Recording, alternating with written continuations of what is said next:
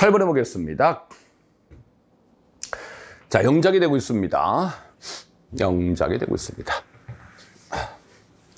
자, 지원자 수가 증가하고 있어 우리는 기쁩니다. 그랬습니다. 바르게 옮긴 것입니다. 여기에서는 이것은 수의 일치 문제가 되겠죠? 수의 일치 문제가 되겠습니다.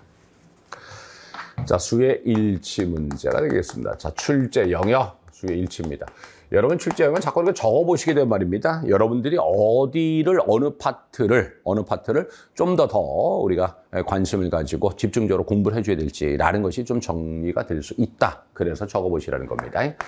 수의 일치, 그 가운데에서 우리가 더 넘버러브. 참 이것도 별거 아닌 것 같습니다만은 참 잘 나오고 있죠? 넘버러브. 바로 이렇게 되고 있습니다. 이 다음에 일단 쫓아오는 명사는 더 넘버러브든 넘버러브든 다음에 복수명사가 쫓아오는 것은 변함이 없습니다. 그런데 말입니다. 얘가 주어로 쓰였을 때 이때 다음에 오는 동사가 달라져 버리죠. 그쵸? 바로 더 넘버러브가 주어일 때는 단수 동사를 받고요. 넘버러브가 주어일 때는 우리가 복수 동사를 받죠. 물론 아시는 것처럼 더 넘버러브 모음의 숫자란 뜻이고요. 넘버러브는 많은이란 뜻이 되고 있는 거 아시리라 믿습니다. 바로 이렇게 해서 말입니다. 자, 그래서 더 넘버러브, 넘버러브 이렇게 해서 요것을 구분해 주는 것이다. 자, 더 넘버러브는 단수라고 말씀드렸잖아요. 일단 뭐 복수, 요것도 조심하세요, 여러분. 가끔 요거 빼고 나옵니다. 무조건 더 넘버러브는 복수명사 일단 쫓아와야 돼요. 그러니까 우리가 더 넘버러브는 단수입니다라고 하니까 바로 요것만 쳐다보면 안 됩니다. 예, 일단은 무조건 더 넘버러브, 넘버러브든 다음에 명사가 쫓아오는 것은 100% 일단 복수명사 된다라는 것까지 끝까지 생각해 주길 부탁드리겠습니다. 1번이었습니다. 2번입니다. 나는 2년 전에 그에게서 마지막 이메일을 받았다 그랬습니다. 자, 저놈의 출제 영역은 시제 되네요.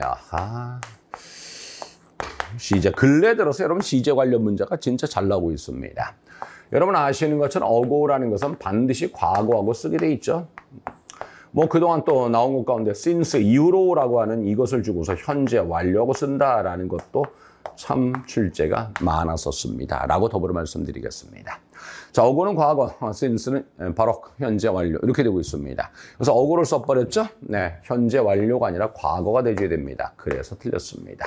자, 과거 received로 고쳐주기 바랍니다. 아주 쉽습니다. 3번입니다.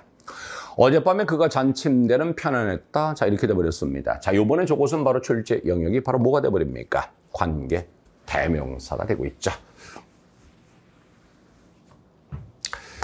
자, 관계 대명사입니다. 이렇게 여러분 출제 영역을 적어놓고서 이제 이유로도 여러분 보시게 된 말이죠. 네, 똑같습니다. 이유로도 관계 대명사, 뭐 시제, 뭐 이런 식으로 해서 출제 영역이 늘 똑같게 나올 것이다라고 말씀드립니다. 자, 우리가 관계 대명사 그 가운데서 관계 대명사 which라는 거 일단은 선행사가 존재하지요. 그렇죠? 그리고 이하의 구조는 불완전하지요 라고 해서 말입니다. 불완전한 구조가 돼버리자. 얘가 주격관계대명사라고 한다면 다음엔 주어가 없을 것이고 목적격관계대명사라고 한다면 목적어가 없겠죠 라고 해서 말입니다. 이와는 달리 관계부사 where를 볼까요? 관계부사 where 선행사가 있지요. 이하가 완전하지요 라고 말씀드리겠습니다. 이렇게 해서 말입니다. 그러니까 지금 여기에서 보시면 일단은 이렇게 해서 선행사를 꾸며주지 않습니까? 그죠? 그죠? 선행사를 꾸며주지 않습니까? 선행사가 있지 않습니까? 이것은 관계대명사, 관계부사 둘 다 가능하다라는 거죠. 근데 which를 쓰려고 한다면 이하가 바로 여러분 어떻습니까? 불완전해야 돼요. 근데 주어, 동사, 완전한 구조가 돼버리죠. 저서 슬립은 자동사니까 말입니다. 더 이상 다른 말이 필요 없다라는 말씀도 더불어서 드리겠습니다. 그러니까 이하가 완전하단 말입니다. 그럼 얘는 뭐가 돼줘야 됩니까? 관계 부사가 돼줘야 되겠죠. 즉 다시 해서 where로 바꿔줘야 되는 것이죠. 이렇게 해서 말입니다. 물론 where는 우리가 in which로도 바꿨을 수 있다라는 것을 더불어서 말씀드리겠습니다. 됐죠? 바로 이렇게 말입니다. 네, 관계대명사 관계부사를 구분하는 그런 문제였습니다. 4번입니다. 그들은 영상으로 새 인사를 교환했다 그랬습니다. 이것은 상당히 좀 어려운 문제다라고 볼 수 있습니다. 영상으로 새해 인사를 교환했다. 이렇게 돼버리는 것인데요. 이것은 여러분 출제 영역을 동사라고 보셨으면 좋겠다. 즉 영작이라는 것에 바로 출제 영역을 굉장히 좀 뭐라고 할까요?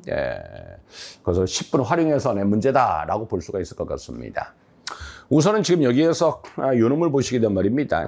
그들은 교환했다 새해 인사를 잃어버렸자. 그죠? 괜찮아요. 영상으로는 온스크린. 그러니까 간단히 얘기해서 지금 놓고 본다라고 하면 이치하더에 해당되는 우리말은 없습니다. 그죠? 그러니까 사실상 요놈은 필요가 없는 놈입니다. 필요가 없는 놈이 돼버립니다. exchange가 다음에 타동사로서 일단은 목적어 이렇게 나와버렸습니다. 다시 말씀드려서 동사 exchange가 되는 건데요. exchange, 타동사죠. 목적어 받았죠. 근데 뜬금없이 그 다음 뭐 나왔습니까? 이치하다가 나왔다는 말입니다. 글쎄요. exchange는 타동사가 목적 하나만 받으면 될 일인데 이치하다는 거 왜 또 나와버렸습니까? 라는 것이 돼버립니다. 만일에 굳이 저기에서 쓰려고 한다면 with each other 이렇게 돼줘야 되겠죠. 서로서로와 이렇게 말입니다. 서로서로와 새 인사를 교환했다. 이렇게 말입니다. 뭐 굳이 여기서 each other라는 것이 없어도 관계는 없겠죠. 그죠? 없어도 전혀 관계 없는 것이 돼버립니다. 그러나 쓰려고 한다면 말이죠. 이때는 with가 필요하다. 왜? exchange는 타동사 이미 목적어 받았으니까 또 목적 또 나올 수는 없는 문제다라는 것이 돼버립니다. 또 목적 나올 수는 없는 문제다라는 말씀이 돼버립니다. 자, 그래서 여기서 쓸데없는 이차를 집어넣었다라는 것이고요. 만일에 쓰려고 한다라고 한다면 이때는 바로 목적어 기능을 하지 못하게, 즉 전치사를 집어넣어가지고 하나의 전명구로 수식해주는 기능으로 바꿔줘 버리는 것이 돼버리죠. 이것을 정확히 알기 위해서 일단 exchange가 바로 목적어 하나를 취하는 동사다라는 것을 먼저 알아주셔야 된다라는 말씀을 드리겠고요. 더불어서 자, 우리가 each other 그랬잖아요. 또는 one another 이렇게 하지 않습니까? one another. each other, one another. 이것이 바로 서로서로가 되는 것인데요. 얘네들은 반드시 명사 역할을 합니다. 반드시 명사 역할을 합니다. each other, one another. 즉 우리말에 서로서로라고 하는 것을 저것을 정확하게는 우리가 상호대명사라고 하는 것인데요. 요놈은 바로 명사 역할을 합니다. 그럼 다시 한 번 더 말씀드립니다. 얘가 타동사로 목적어 받았단 말입니다. 근데 명사가 또 나왔다는 겁니다. 명사 또 나왔다는 겁니다. 나올 수가 없는 것이라는 것이죠. 그래서 each other는 부사 역할이 아니란 말입니다. 그렇죠? 명사 역할이란 말입니다. 근데 이미 주어 동사 목적 문자 끝났습니다. 문제 끝났는데 명사 또 나오면 안 돼버리죠. 그렇죠? 그래서 틀렸다라는 것이고 우리말에도 서로서로라는 말이 없으니까 굳이 집어넣을 이유는 없었다라는 것입니다. 근데 만일에 쓰려고 한다. 그러면은 저 명사 기능을 수식해주는 부사 기능을 바꿔주는 것이 좋겠다라는 것이고요.